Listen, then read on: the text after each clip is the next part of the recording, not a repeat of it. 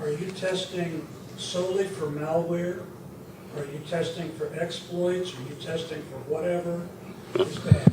It's well, whatever is bad, but we separate it out. So we have a socially engineered malware test, which is the consensual download. You know, getting a video codec because you want to see something and it contains malware, or getting a Yahoo toolbar from a third-party site that they basically injected malware into the Yahoo toolbar. Things like that. Okay, that we do that. The socially engineered.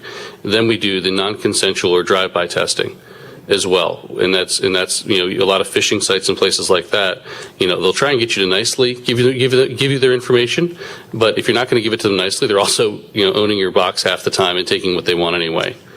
So we test for both, but we break things out so that from a logical perspective, we can present the information to readers.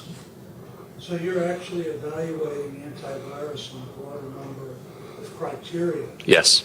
than the vendors themselves are doing. They may be doing it, but their marketing material are representing something different. Let's hold that for a Generally. second, because I have a question I want to ask on what's a real test look like. So let's address that in a second.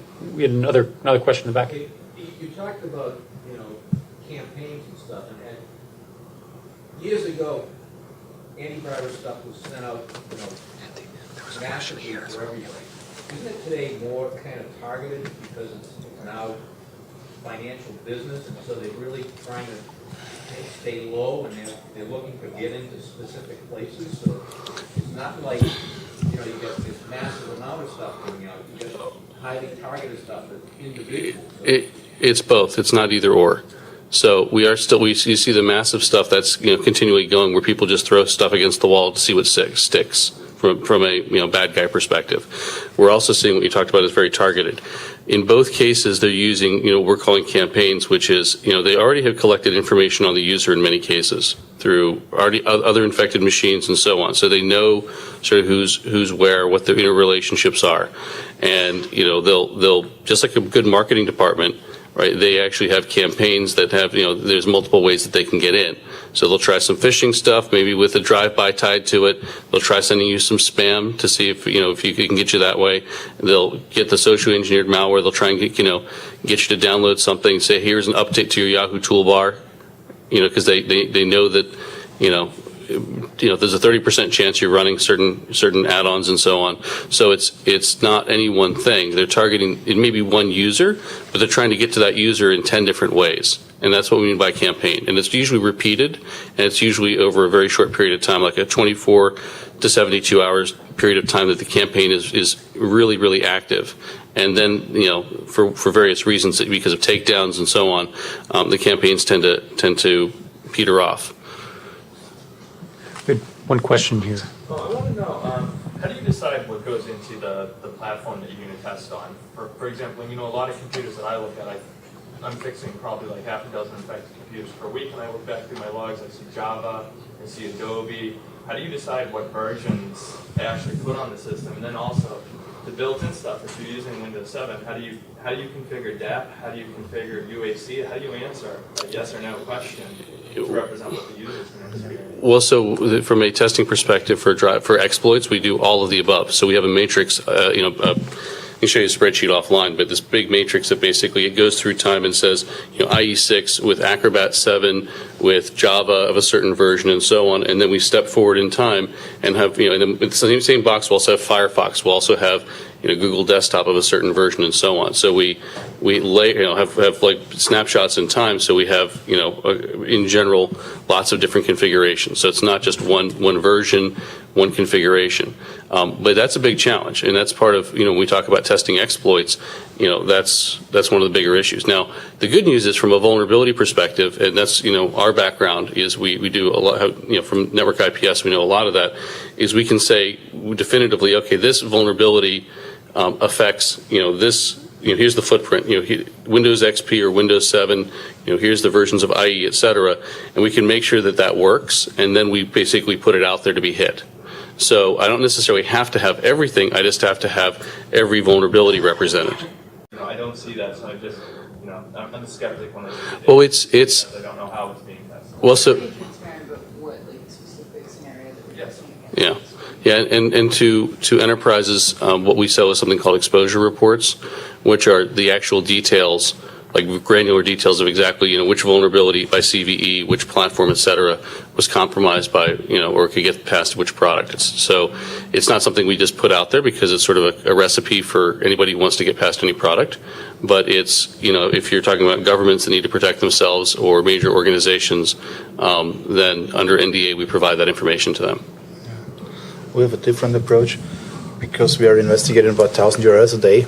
So we set up the most common mesh, and we are using statistical data from Gartner and so on, which operating system with which Java or Firefox version is on it, and we are using the most common machine for this because the thing is too much to do for our whole product test. Wouldn't be possible to test with 5 or 6 different configurations. So we used the most common. But this year we are doing the test on XP, and we will switch next year to Windows 7. But you're right when you mention there's people are skeptical when there's really not much explanation of the testing process, and historically it was true that people would not explain very much how they were testing it, but this has been changing in the last few years, and both of these guys are really trying to put as much as possible. Yeah, if you look in our reports, there's detailed methodologies are on homepage, step to step. You can read the whole methodology. It's no secret. And vendors are debating, like reading through this thing, well, did you do it right? You should have done this first and the other thing. Yeah. And it's a whole different, ballgame. Yeah, vendors want us sometimes to do the test like they want to have it, But I mean, when once it's out open, I mean, I guess the debate is good, so. Question from the back. So I'm curious, are you trying to measure the coverage of these products against like all of the CVEs that are available or against the malware that's available? Because presumably some CVEs are exploited more often than others.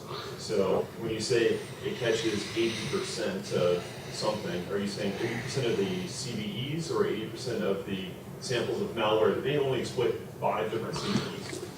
Well, okay. So this is why we separate our tests into socially engineered malware versus the, the exploit drive-by stuff, right? So from a socially engineered perspective, there's no CVEs involved. That's just pure convincing somebody, right? From an exploit perspective, we have a list of what the apps are, and so people can decide for themselves. But generally speaking, it's the top 25 apps, and there's any number of sources you can get those. So it's things that you'd expect to see in enterprises. So Salesforce.com add-ons, it's Adobe Acrobat and things like that, and Excel, PowerPoint, Word.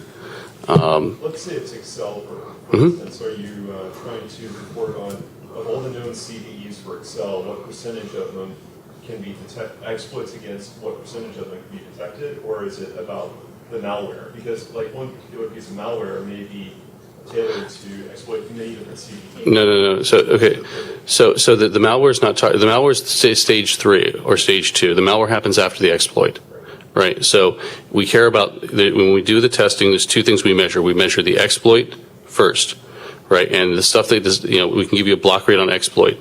The malware detection is sort of a secondary question, right? Once they're in your system, they can pretty much do anything they want. Which are you catching the malware is an important question, and we do measure that and give percentages on that separately.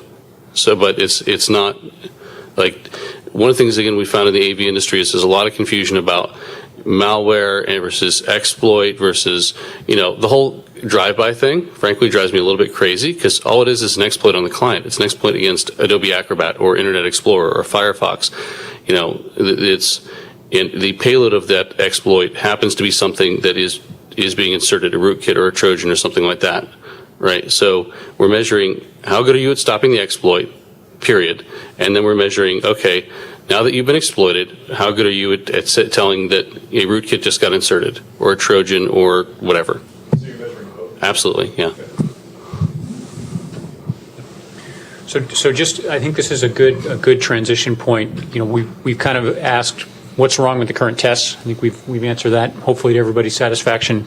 So what's next? There's a reason this panel was put together, right? Which is to suggest some some new ways of measuring the effectiveness of